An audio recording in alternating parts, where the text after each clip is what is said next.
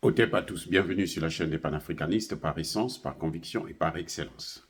Celle des citoyens kémites par nécessité et obligation de combat.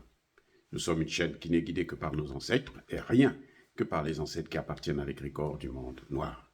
Par conséquent, nous ne croyons en aucun Dieu venu de l'étranger. Toutefois, cette vidéo n'est aucunement destinée à inciter à la haine ou à la violence, car nous menons un combat qui est d'abord et avant tout spirituel, intellectuel et démocratique. Ensuite, il est politique, géopolitique et géostratégique contre l'impérialisme, le colonialisme, le néocolonialisme et l'endocolona, qui sont tous qualifiés de crimes contre l'humanité. Nous menons ce combat sur la base du principe fondamental que nous avons hérité de nos ancêtres kémites, qui est celui de la Mahat, c'est-à-dire solidarité, vérité et justice. Vous êtes donc en droit de connaître la vérité et nous avons l'obligation de vous dire la vérité, rien que la vérité, afin que justice soit rendue au continent africain. Et ça, c'est notre modeste contribution dans cette noble lutte en faveur de la souveraineté, la dignité, la solidarité et l'unité africaine. C'est exactement ça que nous appelons le panafricanisme. Bien-aimés frères et sœurs, les États-Unis sont pris dans leur propre piège qu'ils avaient tendu en RDC. Les États-Unis se sont fait avoir. Ils vont se faire humilier. Ils sont déçus. Ils ne s'attendaient pas à un tel revirement de la situation. Ils ne s'attendaient pas à un soulèvement, une mobilisation de la jeunesse congolaise, des patriotes congolais, des nationaux congolais, ce qu'on appelle en Swahili les Wazalendo, Wazalendo plutôt. Pourquoi je dis c'est un piège? Vous savez, ce sont les États-Unis qui sont derrière la situation en RDC. Parce que ce sont les États-Unis qui exploitent sauvagement les matières premières de la RDC via le Rwanda, qui lui-même utilise le M23 pour neutraliser toutes les populations et les autorités de la zone de l'Est du Congo, donc, notamment au Nord Kivu. Alors, il y a eu les accords de Luanda, où ils ont demandé le cessez-le-feu depuis avril 2023. Et entre-temps, on savait déjà que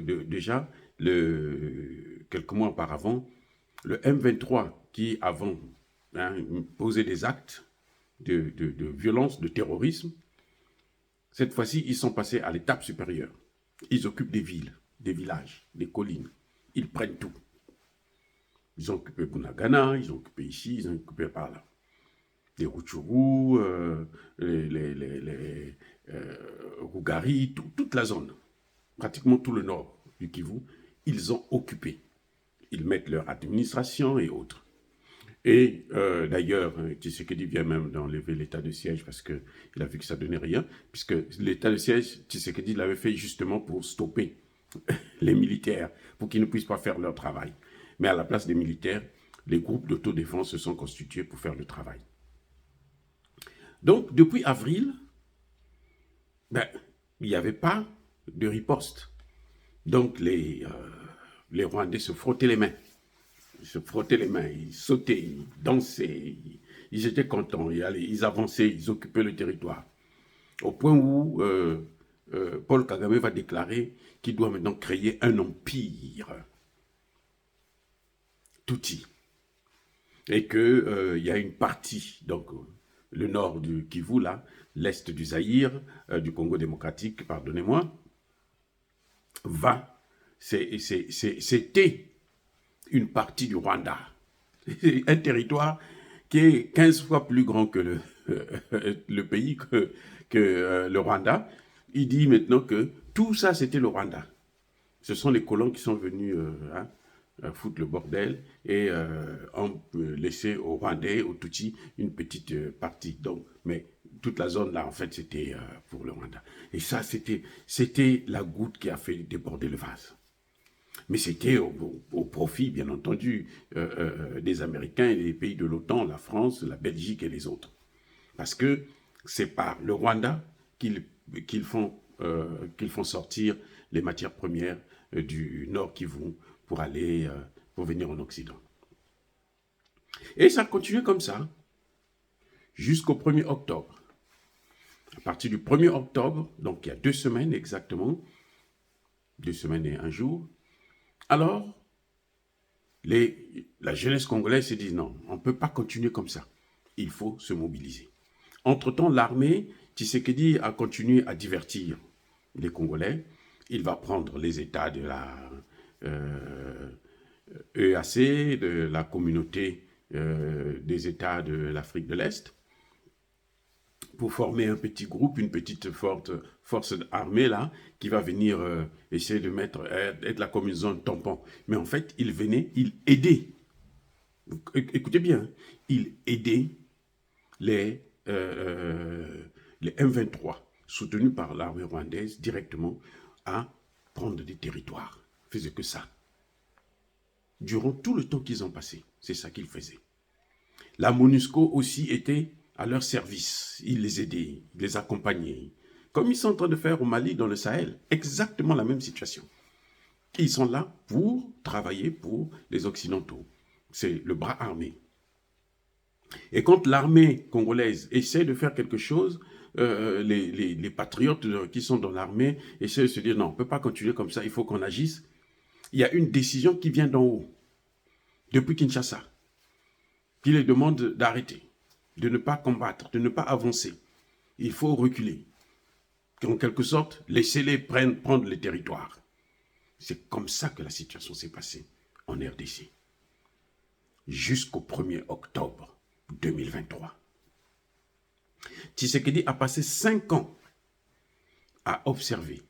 Quand la population de Goma s'est levée, ils ont manifesté pour dire que non, nous on veut le départ de la MONUSCO.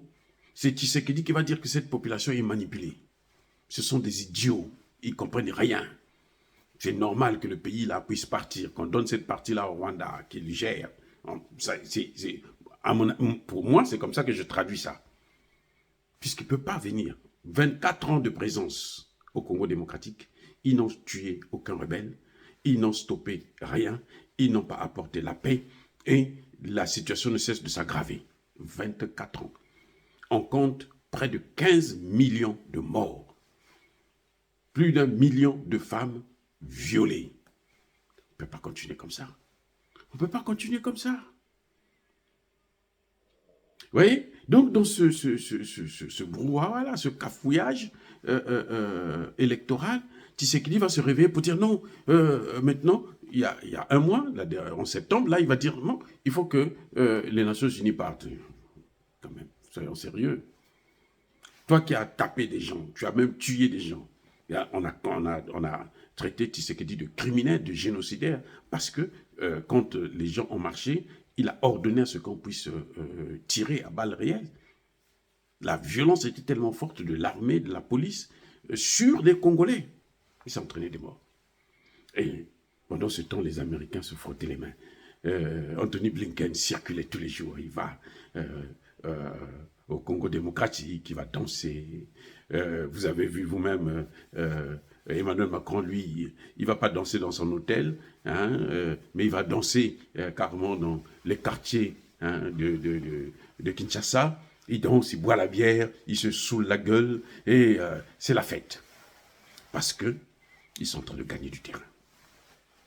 Et personne n'a voulu condamner le Rwanda. Même pas les Américains.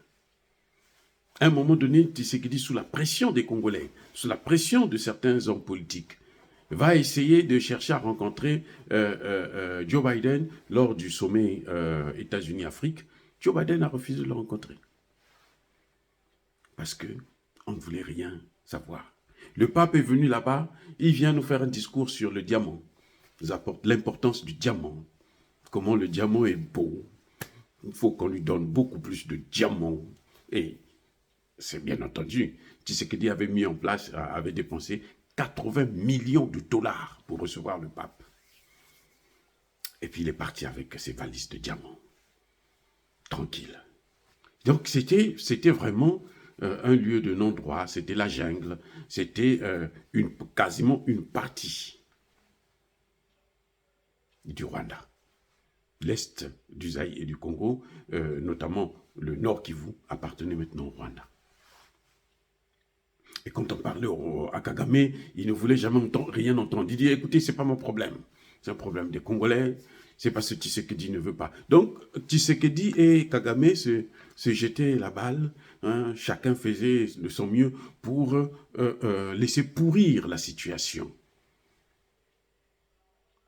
au profit des Américains, au profit des Français, des Allemands, ainsi de suite. Ils ont même demandé aux Chinois, les Chinois qui ont un contrat avec l'État, parce que les Américains n'ont pas de contrat avec l'État. Je vous ferai savoir que Tesla, c'est pour Elon Musk. Elon Musk n'a aucun contrat avec l'État congolais. Mais il fabrique quand même des voitures électriques. Et ces voitures électriques-là, la matière première, à 80% est détenue par le Congo démocratique. Donc, comment il fait pour avoir cette matière première? Si c'est lui, pratiquement le numéro 1, maintenant il commence à construire des usines en Europe et autres. Ça veut dire quoi? Ça veut dire qu'il puise ces matières premières par le vol. Donc, il profite de la situation du Rwanda, des M22. Ils font le travail pour lui. Entre-temps, il y a les Chinois qui ont eu un contrat depuis Kabila. Tshisekedi, sous la pression des Occidentaux, il décide d'aller annuler ce contrat en Chine. Quand il arrive là-bas, avec les Chinois, ça n'a pas marché. Xi Jinping a dû lui demander de lui remettre son argent qu'il n'a pas, que les Américains n'ont pas, que les Français n'ont pas. Les Français, ce n'est même pas la peine. Les Américains ont maintenant la dédollarisation, ça devient compliqué. Les Français, ils sont super endettés, 3 000 milliards d'euros. Ils ne peuvent pas faire autrement. Donc, Tshisekedi est venu, ils ont seulement réaménagé un peu le contrat et ils sont revenus. Tandis que les autres qui pillent, non, on ne leur dit rien. Alors, à partir du 1er octobre, que va-t-il se passer? C'est que ce que j'appelle le Wagner de la RDC, les Wazalendo, qui sont en fait les patriotes. Parce que le mot Wazalendo, ça veut dire patriote, ça veut dire nationaliste en Swahili. Les Wazalendo, nous maintenant, vont s'organiser et vont commencer à mener la guerre totale contre le M23. En ce moment, au moment où je vous parle, c'est la débandade. Le M23, il y en a qui ont voulu qu'on commence maintenant à fuir, repartir au Rwanda. Kagame leur interdit de rentrer au Rwanda. Il dit non, vous êtes des Congolais, restez au Congo. Ça devient compliqué. Maintenant, les Américains qui n'ont pas voulu qu'on respecte le cessez-le-feu, que les M23 puissent déposer les armes, qui n'ont rien dit, qui se sont tus. Et il y a la riposte maintenant. L'essentiel du territoire est pratiquement repris là, en 2 semaines. Et les jeunes viennent de partout. Ce n'est pas seulement du Nord Kivu. Ils viennent du Sud, ils viennent du Nord, ils viennent même d'autres provinces du Congo. On ne peut pas les arrêter, des hommes et des femmes. Il y en a des femmes qui abandonnent leurs familles, leurs enfants et autres, disent, restez, nous on va faire la guerre, il faut sauver le pays. Et ça devient très, très, très critique. Et Tshisekedi est surpris, il ne peut pas les arrêter non plus. On a vu vers Rougari, il y a, pendant que les Wazalendo avançaient, les forces des États de l'Afrique de l'Est là, voulaient les stopper. Et non, on essaie de trouver des moyens pour les arrêter. Non, nous sommes une force tampon. Les gars ont dit, si vous voulez vous mettre en face de nous, on se bat et puis on va voir celui qui va gagner, il s'en sort. Ils étaient obligés de reculer. Ils ne peuvent plus. Au point où Tshisekedi maintenant va demander à ces forces-là, il est en train de leur demander de partir. Hein. Il dit, non, je n'ai plus besoin de vous, partez. Tshisekedi a même levé l'embargo, l'état de siège. Et les Américains ne peuvent pas demander maintenant un cessez-le-feu. Et non, ils envoient l'USAID pour voir comment cette institution américaine qui est politique, et politisée d'ailleurs, de fond en comble, comment ils peuvent voir pour essayer de corrompre peut-être les chefs afin de chercher à reprendre le contrôle de la situation. En tout cas, c'est difficile pour les Américains. Ils ne peuvent plus prendre position. Ils ne peuvent plus demander à ceux-là qui ont respecté le CCE, parce que, je vous signale en passant, que les militaires congolais, et c'est là le grand problème, c'est que c'est comme si c'était des groupes, des milices entre eux qui se battaient. Les militaires congolais, eux, ils respectent le cessez-le-feu. Et ils disent, c'est le M23 qui ne respecte pas, puisque le M23 est en train de continuer à prendre des territoires. Maintenant, le M23 a eu, devant lui, il y a garçon. Donc la situation, c'est compliqué pour le camp occidental. La situation, c'est compliqué. Ils ne peuvent pas demander un cessez-le-feu, puisque eux, ils n'ont aucun accord avec le gouvernement. Ce n'est pas l'État. C'est des groupes d'autodéfense, des Congolais. Kagame va crier, non, ce sont des mercenaires, 2000 mercenaires, Tshisekedi a fait venir 2000. C'est même pas Tshisekedi qui les a invités. Ce sont les Congolais eux-mêmes qui se sont organisés en groupe d'autodéfense pour sauver la patrie. Il fallait s'y attendre. Et ça paralyse l'action des Américains.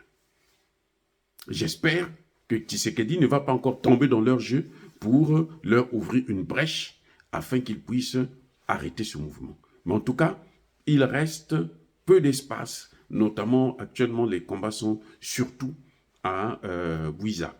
Bunagana est déjà occupé. Ils sont rentrés dans Bunagana ce soir. Oui. Donc, l'essentiel, et là où eux, ils occupent, là, les M23 n'arrivent pas à revenir. Ils essayent, ils savent qu'on ne peut même pas les tenir en face. Donc, la circulation a repris, les gens sont en train de revenir, et puis, voilà quoi. L'ONU vous dit, est en train de dire qu'il y a plus de 80 000 déplacés. C'est faux. Les gens sont en train de revenir chez eux. Eh oui, le scénario catastrophe qu'ils attendaient n'est pas arrivé. C'est le Rwanda qui est en train de mettre la main sur la tête. Parce que ce sera difficile de rétablir la réconciliation avec des peuples que vous avez génocidés vous-même. Dire cela, c'est inciter à la haine ou à la violence. Non, Yaba, colère, Yamalembe.